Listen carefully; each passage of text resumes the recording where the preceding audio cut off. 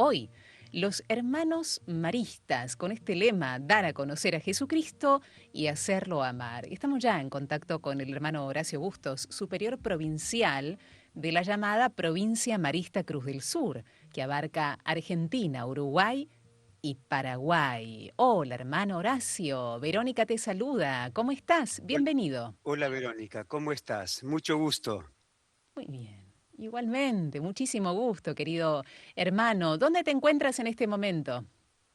En este momento estoy en la ciudad de Montevideo, donde llevo una semana haciendo Ujú. una visita a todos los colegios, las escuelas, las comunidades de hermanos de este lindo país. Muy bien. Allí detrás tuyo vemos la imagen de la Virgen y también la imagen, creo, de Marcelino Champagnat. Creo que no podemos hablar de Marcelino los hermanos Champañá, el maristas fundador de los maristas, sin sí, hablar correcto. de su historia. ¿Te parece que comencemos por allí, querido hermano Horacio, contando la historia de Marcelino? Cómo no, con mucho gusto. Marcelino Champagnat, fundador de los hermanos maristas, vivió en Francia. De hecho, la Fundación Marista es francesa, es una congregación francesa, ¿no? Que fue fundada en el año 1817 por Marcelino Champagnat, justamente después de la época revolucionaria, la época post-revolución, cuando Francia quedó sumida en toda esa situación bastante deplorable, ¿no? A nivel social, político, económico y educativo. Ahí actuó Marcelino Champagnat. A los 28 años, 27, 28 años, inició la fundación de la Congregación de los Hermanos Maristas, siendo sacerdote muy joven. Y lo hizo allí, en la parroquia de La Balá, allá en el medio de una zona montañosa en el sur de Francia, rodeado de chicos, más bien campesinos, pobres, analfabetos, la mayoría de ellos. Ahí comienza Marcelino Champagnat su obra. Él Mm. nació en una aldea, allí justamente también en el sur de Francia, llamada Rosey. Eh, Formaba parte de una familia numerosa de su papá, Juan Bautista Champagnat, y María Chirat, que tuvieron en total 10 hijos. Marcelino era el penúltimo, pero el pequeño, al poco día de haber nacido, el más pequeño, el último, Marcelino pasó a ser el último, el noveno y el último de los hijos, ¿no? De una familia de varios varones y varias mujeres, ¿no? Pues ahí creció Marcelino en una vida rural, de, formado en los valores, ¿no? En los valores que transmitía también la Revolución Francesa y que su papá, Juan Bautista, siendo un poco más culto que el resto de sus compatriotas, ocupó cargos importantes en los municipios, ¿no? Como juez de paz, algo así como jefe, ¿no es cierto?, de varios sectores allí del gobierno de ese entonces, y un hombre íntegro en todos los sentidos, religioso, amante de la paz, generaba muchas iniciativas, llevaba adelante muchos procesos, ¿no es cierto?, de grandes iniciativas para bien de la gente. Él era proclive a las ideas de la revolución, el papá, ¿no? Juan Bautista, muy proclive. Como saben, la revolución proclamaba tres grandes valores muy humanos, ¿no? Era la igualdad, la libertad, eh, este, la igualdad y la libertad eran elementos que Marcelino vivió, escuchaba de parte de su papá, ¿no es cierto?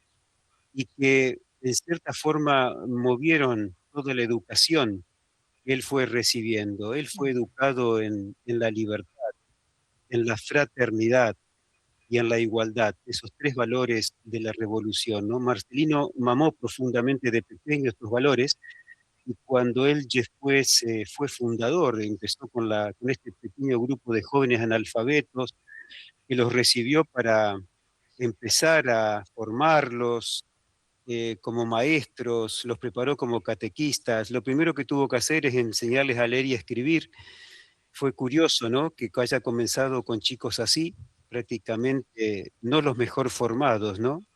Y así de forma muy humilde, sencilla, con trabajo, con mucho amor y con mucho acompañamiento, ¿no?, comenzó la obra marista de Marcelino Champagnat en estos valores que acabo de Ujú. decir, donde la fraternidad, la igualdad, ¿no?, la libertad eran valores importantes que él puso en marcha con estos jóvenes, que terminaron siendo valores evangélicos, ¿no es cierto?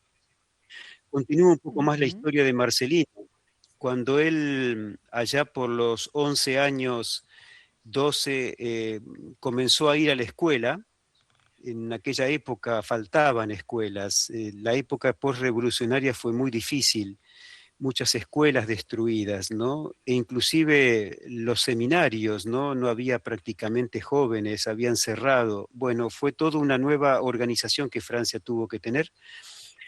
Fue así entonces como él va a la escuela ahí del pueblito y se encuentra con un mal maestro, el primer día de clase, un mal maestro que comienza y es el maestro de todos los chicos ahí de ese poblado, de esa aldea, y el primer día tiene una pésima experiencia cuando el maestro lo llama a un joven a leer, algo que le quería proponer leer, Mm. y otro joven se adelanta a este joven y el maestro, a este joven que se adelantó, le pega algo así como un tortazo, ¿no? Podemos decir, ¿no? Mm. Con la palma de la mano. Bueno, ante semejante maltrato, Marcelino queda horrorizado, va a su casa y le dice a sus padres, no quiero ir a una escuela donde se pega a los chicos. Y no fue más a la escuela. Y a partir de ahí recibió toda la formación de parte de su familia, su padre, su madre, su tía. Su tía religiosa era la religiosa de San José, hermana de su papá, que justamente como el convento había sido quemado por los revolucionarios donde esta religiosa estaba, tuvo que huir junto con toda su comunidad y ella fue a buscar refugio a la casa de su hermano, el señor Champagnat. Y ahí estuvo. Esto fue un gran beneficio para Marcelino Champagnat, porque la tía religiosa le enseñó muchas cosas y entre ellos también le enseñó fuertemente a leer y a escribir. Así que Marcelino creció en ese ambiente rural, en medio de los animales, el trabajo, con su papá aprendió todos los oficios, desde albañilería, cuidado, carpintería, el cuidado de los animales, la agricultura, etcétera. A los 15 años aparece por ahí un sacerdote que venía de una diócesis y que hablando con el cura párroco de la zona le dijo que fuera a ver allí a los Champagnat, que a lo mejor podía conseguir alguna vocación, etcétera. Y pues este sacerdote se dirige a esa familia y ahí, poco a poco, después de haberse comunicado con su papá, con su mamá, y les explica los motivos de la visita, bueno, van pasando los otros hermanos, ¿no? Los hermanos de Marcelino. Parecido a lo que pasó con David en aquel texto de Samuel, ¿no? Con el profeta Samuel.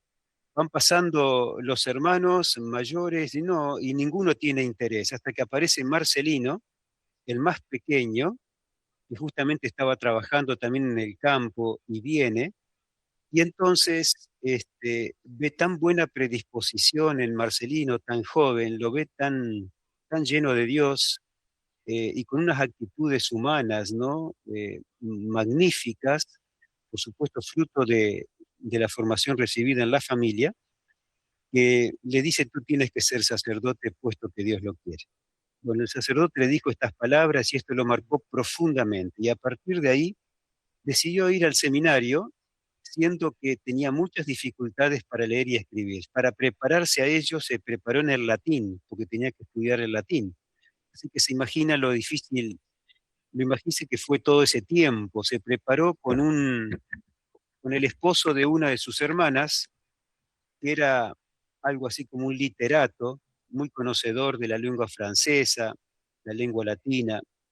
Así que se fue a una población bastante lejos de ahí, más de 200 kilómetros, donde vivía este señor, y ahí se preparó durante bastante tiempo. Pero los avances no eran buenos, no le resultaba fácil a Marcelino estudiar el latín, así que un poco este señor lo desanimaba de ir al seminario. Bueno, pese a todo, él decía para sus adentros: voy a seguir adelante porque creo que Dios lo quiere. Y así fue como siguió, perseveró, entra al seminario de Verrières y el primer año fue un desastre. En los estudios fue un desastre, ¿no? No aprobaba y encima formaba parte de un grupo que no se portaba tan bien y que tenía el nombre de la banda alegre, así se la llamaban. Se escapaban alguna vez del seminario, iban por ahí a algún bar a tomarse algunas copitas y volvían un poco tarde, así que, bueno, las penitencias y todo este tipo de cosas, ¿no? Hasta que, de alguna manera, visto el panorama, lo mal que le iban a los estudios y un poquito su comportamiento que no era así tan ejemplar, por estas escapadas de la banda alegre, etcétera, al final le dijeron que era mejor que se quedara en su casa y que no volviera al seminario para comenzar o continuar con el segundo año.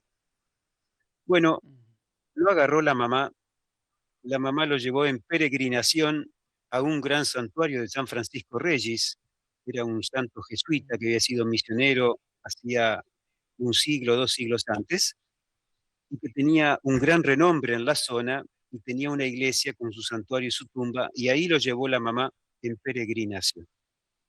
Bueno, a partir de ahí, y tiempo después fallece la mamá, esto ya el papá había fallecido un poco antes, este, hizo que Marcelino cambiara totalmente, ¿no? Y la gracia de Dios, que fue actuando en él, bueno, la verdad que fue mejorando muchísimo los estudios, con muchísimo esfuerzo, estudiando de noche a la luz de la lámpara, y fue sacando adelante todos sus estudios en el seminario, ¿no? Su conducta iba mejorando, se fue apropiando de una devoción muy profunda a la Virgen que él recibió en su familia a través de su mamá y su tía.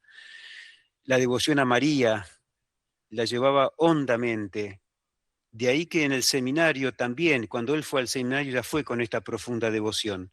El seminario también le ayudó a crecer en ello, y de ahí surgió justamente esta idea de los maristas, ¿no?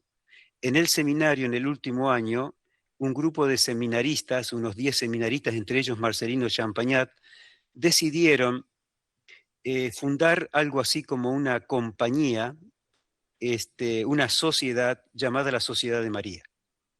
Y se fueron a consagrar antes de la ordenación, unos días antes, al santuario de Fourvière, ahí, en una colina de Fourvière, ¿no? En Lyon, en la ciudad de Lyon, que antiguamente era la capital de la seda, ¿no? Había sido una ciudad romana, y ahí en ese monte, justamente en ese santuario que data de la Edad Media, porque los lioneses le construyeron a la Virgen ese santuario cuando, después de rogar e interceder tanto, la Virgen los salvó de una gran peste, una peste que asolaba, ¿no?, a toda la región. Entonces, ese santuario quedó con una gran fama. Bueno, ahí fueron este grupo de seminaristas a consagrarse a María, diciéndole en su letra, ¿no?, de esa oración tan larga, un texto bonito, largo, que escribieron y que rezaron allí frente a la estatua de María, y de María de Fourvière, les decían que querían consagrarse, ¿no?, a ella, para poder de alguna forma trabajar por las almas y trabajar justamente por la salvación de las almas y el conocimiento de Dios y la gloria de María. Entonces, al día siguiente, sí, a los 2 días siguientes fue la ordenación, y Marcelino fue enviado a su primera misión, que fue la parroquia de La Balá, ahí en un pueblito de montaña. Cuando llega, la situación era bastante crítica, la situación de la parroquia, mucho abandono, el cura párroco ya bastante avanzado en edad, eh, no podía hacerse cargo de la parroquia, tenía el defecto del alcoholismo. Bueno, Marcelino trató de convivir allí y hacer todo lo mejor posible, conviviendo y llevando adelante su experiencia, ¿no? Como vicario de esa parroquia. Empezó a ocuparse de los niños, de la catequesis, ocuparse de los jóvenes, puso en orden muchísimas cosas, fue ganándose poco a poco la simpatía del párroco, ¿no? Que al principio le fue bastante difícil justamente esa aceptación de este joven sacerdote allí. Marcelino tenía 28 años en ese momento, y así comienza su tarea en ese lugar, hasta tal punto que veía la ignorancia religiosa, el abandono, la falta de cultura, la falta de escuelas, y todo esto le tocó profundamente. La ignorancia fue lo que a Marcelino Champagnat lo tocó profundamente, la ignorancia religiosa, la ignorancia cultural, y se decía, yo algo tengo que hacer por estos chicos, hasta que se presentó la situación más concreta de un joven de unos 15 años llamado Juan Bautista Montagne, que se estaba muriendo. Ya él fue para prepararlo a bien morir lo mejor que pudo, y se dio cuenta de que el chico no tenía nada, no había sido ni bautizado, no había ido a la escuela, no sabía prácticamente quién era Dios. Bueno, lo preparó a bien morir lo que mejor pudo, eh, y se fue. Y cuando vuelve, se fue para atender a otros enfermos ahí en toda esa región, y vuelve a las horas y el muchacho ya había fallecido. Bueno, a partir de ahí dio gracias a Dios por la posibilidad de haber estado con este joven antes de morir, de haberlo escuchado y darse cuenta del terrible drama, ¿no? De un joven que muere en estas condiciones, y ahí escuchó más profundamente la voz de Dios que le decía, algo tengo que hacer por todos estos niños y jóvenes que crecen en la ignorancia, y cuántos habrá que están en esta situación. Y así comenzó humildemente con una obra de convocar a otros jóvenes, como decía antes, también bastante analfabetos, tuvo que enseñarles a leer y escribir, y así comenzó la obra de los maristas, de forma humilde, sencilla. Eh, y ahí comenzó, se fueron agregando otros jóvenes, la comunidad fue creciendo, buscó una casa, compró una casa ahí cerca de la casa parroquial, donde los reunía, los formaba, ahí los tenía, y la verdad es que se fue armando una verdadera comunidad, guiada por Marcelino. Él dejó la parroquia, que en cierta forma tenía cierta comodidad, y se fue a vivir con ellos. Marcelino construyó fraternidad. La historia sigue, se fueron agregando más jóvenes, tuvo que construir después una gran casa en un valle del río Gier. Él pudo adquirir ese dinero, porque no tenía el dinero, pudo adquirirlo de algunos préstamos y compró ese terreno grande, hermoso, que hoy es nuestra casa madre, la congregación, acá en Francia, justamente, y se llama El Hermitage, ahí a unos 70 kilómetros de Lyon.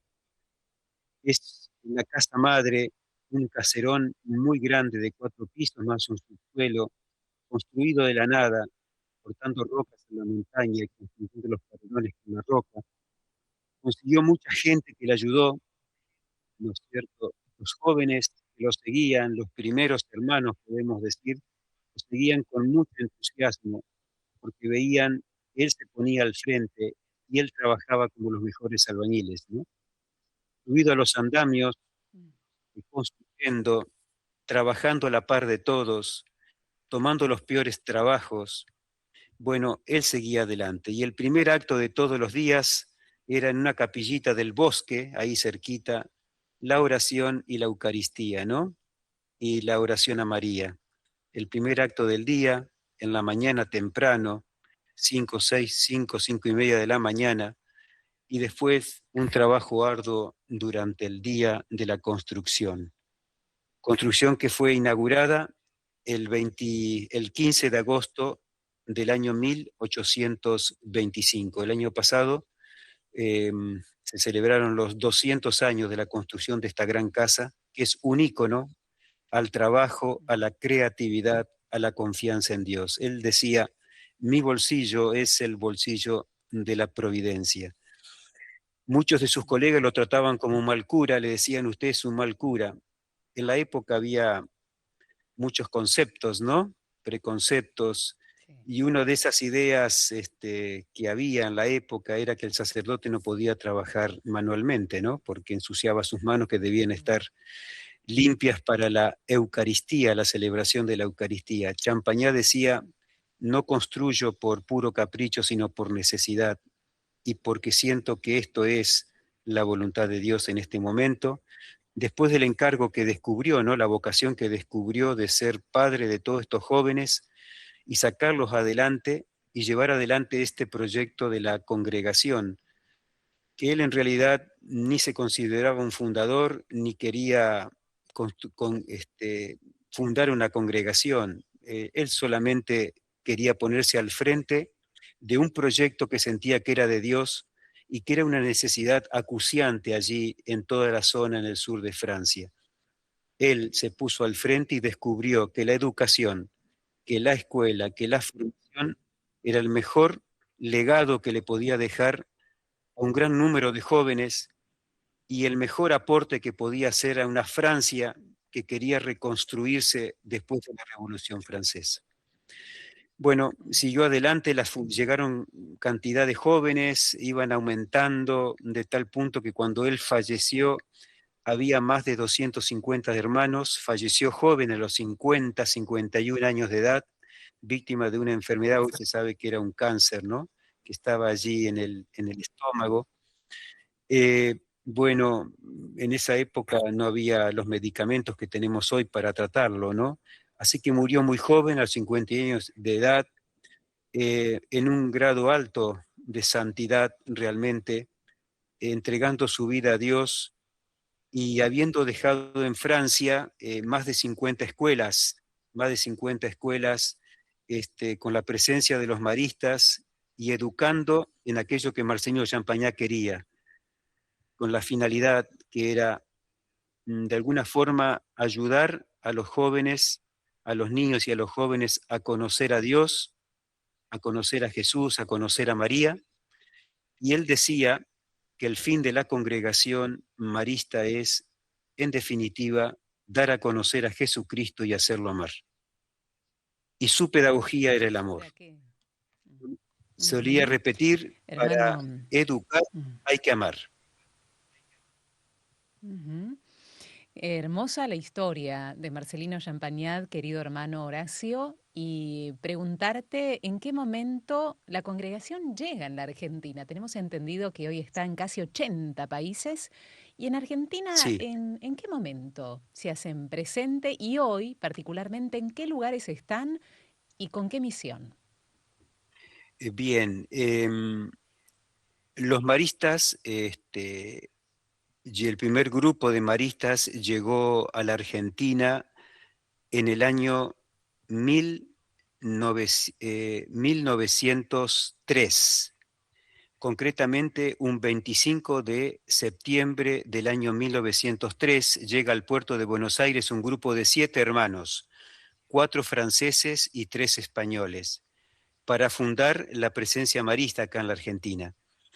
El primer colegio marista que se fundó es el colegio Nuestra Señora de Luján, en Luján. Mm, Allí, muy mm. cerquita de la basílica, porque cuando llegaron los hermanos, la basílica ya estaba levantándose, lo estaba levantando el padre Selver, Vicentino, y estaba más o menos a la mitad de la construcción, todavía no estaban las torres, ¿no? Pues ahí del otro lado del río, en ese predio, que también tenían los padres vicentinos, porque los maristas hemos venido a la Argentina gracias a la influencia y al pedido insistente de los padres vicentinos que ya llevaban más de 50 años en la Argentina, misionando aquí. Y como los vicentinos es una congregación francesa y los maristas también, se conocían en Francia, por decirlo así, entonces había mucho interés de los padres vicentinos de que los maristas viniésemos a la Argentina para poder hacerse cargo de colegios y así fundar obras educativas, etcétera, etcétera. Así que ellos nos facilitaron el camino y el primer colegio fue el Colegio Nuestra Señora de Luján y desde allí Luján fue como el centro de irradiación donde se fueron fundando todos los otros colegios. El segundo colegio Mm. se fundó en el año 1905 en Mar del Plata. Allí tenemos un colegio actualmente que es el Colegio Peralta Ramos, ¿no? Una donación que hizo el doctor Peralta Ramos, fundador de Mar del Plata, a la congregación marista en el año 2000. 2005 los hermanos se hicieron cargo de un colegio que no es el Peralta Ramos, sino un colegio parroquial en la ciudad, hasta que después con el doctor Peralta Ramos, la congregación se hizo cargo de ese colegio que este doctor había creado, ¿no? Y donado a la congregación. Y a partir de ahí se fueron haciendo todas las otras fundaciones, ¿no? El Colegio La Inmaculada de Buenos Aires, después el Colegio Champañá de Buenos Aires, el Colegio Manuel Belgrano, más allá los colegios de Córdoba, en Villa María, en Marcos Juárez, en San Francisco, los colegios de Mendoza se fueron fundando también, el Colegio de Jujuy, los dos colegios de Entre Ríos, los dos escuelas de Rosario, en primer lugar el de Boulevard Oroño, ¿no? Ese colegio grande allí, después hay otro colegio en las afueras, los colegios de la ciudad de Córdoba, y bueno, y así siguiendo, ¿no? En este momento en Argentina tenemos en torno a las 30 obras educativas en distintas ciudades, ciudades grandes o en algunas ciudades más pequeñas, ¿no? Aproximadamente. Eso es lo que te puedo decir de la llegada aquí, ¿no? Lo primero fue el Colegio Nuestra Señora de Luján, en poco tiempo se adquirieron otros terrenos y se construyó lo que hoy se conoce como Villa Marista, muy conocida, la Villa San José, un lugar muy solicitado por tantas diócesis, tantos colegios, ¿no? Que van a Luján, un lugar para campamentos y retiros espirituales en este momento, pero que fue en los primeros, en los orígenes, el gran seminario marista, ¿no? Hay muchos jóvenes, muchos hermanos maristas se formaron durante muchos años. Por aquí hay mensajes, querido hermano Horacio, desde Mar del Plata. Nos cuenta aquí un oyente que conoce la Villa Marista del Colegio Peralta Ramos y hay Así, una avenida sí, en Mar del Plata que se llama Champañat, justamente, que allí en lleva, la ciudad de Mar del Plata. exactamente, lleva el nombre de Marcelino Champagnat, exactamente. Y ahí en las afueras, yendo hacia Parque Camet, muy cerca del aeropuerto, está lo que es la Villa Marista, ¿no? Una propiedad bellísima que funciona como campo de deportes, pero también como casa de retiros espirituales, ¿no? Una gran casa, muy lindo lugar. Y ahí, desde hace ya varios años, la escuela primaria que estaba en el centro de la ciudad y el jardín de infantes se trajeron allí, a ese predio de la Villa Marista que está en las afueras, ¿no? De la ciudad, por el camino de la Ujú, costa. ujú. Por aquí Ana desde YouTube nos escribe muy emocionada, está muy conmocionada por escuchar la historia de Marcelino Champagnat, porque su esposo ya fallecido estuvo varios años en el Colegio Marista de Luján. Ana desde Ay, qué Salta nos bueno, escribe, así que es de un recuerdo Salta, muy, qué muy bueno. bello y emotivo, ¿no? Un gran Muy bello saludo y emotivo. entonces, un gran saludo, sí, Así sí. es, querido hermano Horacio, preguntarte a vos que relatás la historia de Marcelino Champagnat con tanta pasión y con tanta delicadeza y caridad, ¿qué es lo que necesitamos hoy de Marcelino en este mundo actual, ¿no? Nos hablabas de que Mm. Marcelino le llamaba la atención la gran ignorancia religiosa y cultural que existía en la época. ¿Esto se repite en el día de hoy? ¿Qué le diría Marcelino a este mundo tan convulsionado, ¿no? Donde a veces los jóvenes quizás están necesitando de ese abrazo que no llega. ¿Qué te parece que sería hoy el mensaje de Marcelino para los cristianos de esta época? Sí, mm, creo que el mensaje de Marcelino de educar para amar, de llevar a los jóvenes a Jesús y de poder brindarles a todos una educación de calidad, sigue siendo, yo creo, una realidad, ¿no? Sigue siendo una necesidad y cada vez más acuciante. Porque hoy, en realidad, lo que vamos comprobando es que todos nuestros jóvenes, nuestros niños, por más que tengan celular y todos los medios de comunicación posible y tengan acceso a grandes bibliotecas, muchas veces carecen de lo fundamental, ¿no? que es ayudarles a ellos a vivir y a encontrar un sentido en la vida, ¿no? Eh, y sabemos que por más que tengamos acceso a tantos medios de comunicación, no todo lo que vamos aprendiendo y los chicos van aprendiendo es provechoso. Es provechoso realmente para la vida. En la medida en que nosotros no formemos personas críticas, capaces de analizar la realidad, capaces de preguntarse por el por qué y cuál es el sentido último de la vida, eh, si no formamos personas capaces de no aceptar tan fácilmente todo lo que viene, todo lo que escuchan, y todo lo que leen, sino que puedan de alguna forma tener una capacidad crítica de que si eso que le están proponiendo realmente es válido para su vida, si realmente les va a hacer bien. Esa capacidad también que necesitamos hoy formar, lo que se llama inteligencia emocional, ¿no?